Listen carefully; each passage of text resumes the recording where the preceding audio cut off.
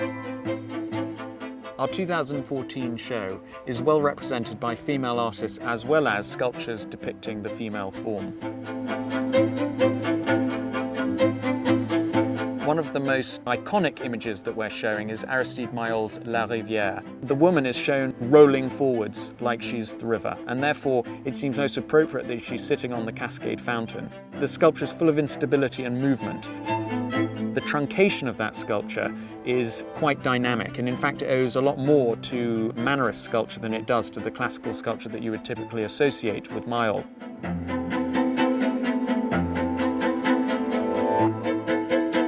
Another work of the female form we've got is by Baltasar Lobo, and that's called Pièce d'eau, so another title that refers to water.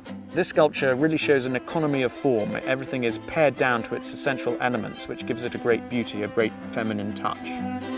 Here you can see the sculpture is looking back to the abstraction of Picasso and Lipschitz, but also learning a bit from more contemporary sculptors, Brancusi or Jean Arp, with the smooth and shiny surfaces. And then there's the Laurie Park sculpture entitled Silkweaver. Laurie Park is a new entrant to Beyond Limits, and this is a work that is quite the opposite in its concerns to the Maillol and the Lobo. This is a work that actually owes something to a commission that she received from the Spitalfields area of London, which has a tradition of silk weaving. This work is very delicate and has beautifully manipulated drapery which incorporates flowers and then a mesh structure representing the torso of the female body.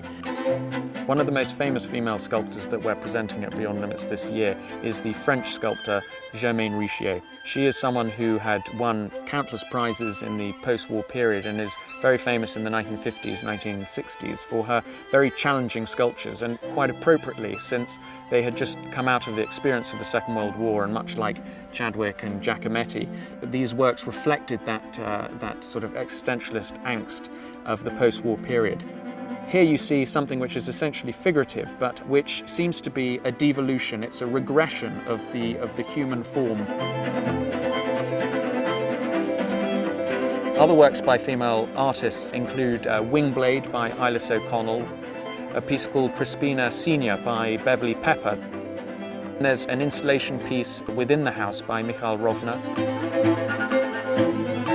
And then finally there is an enormous sculpture by Alice Aycock called Hoopla, which has come recently from Park Avenue in New York.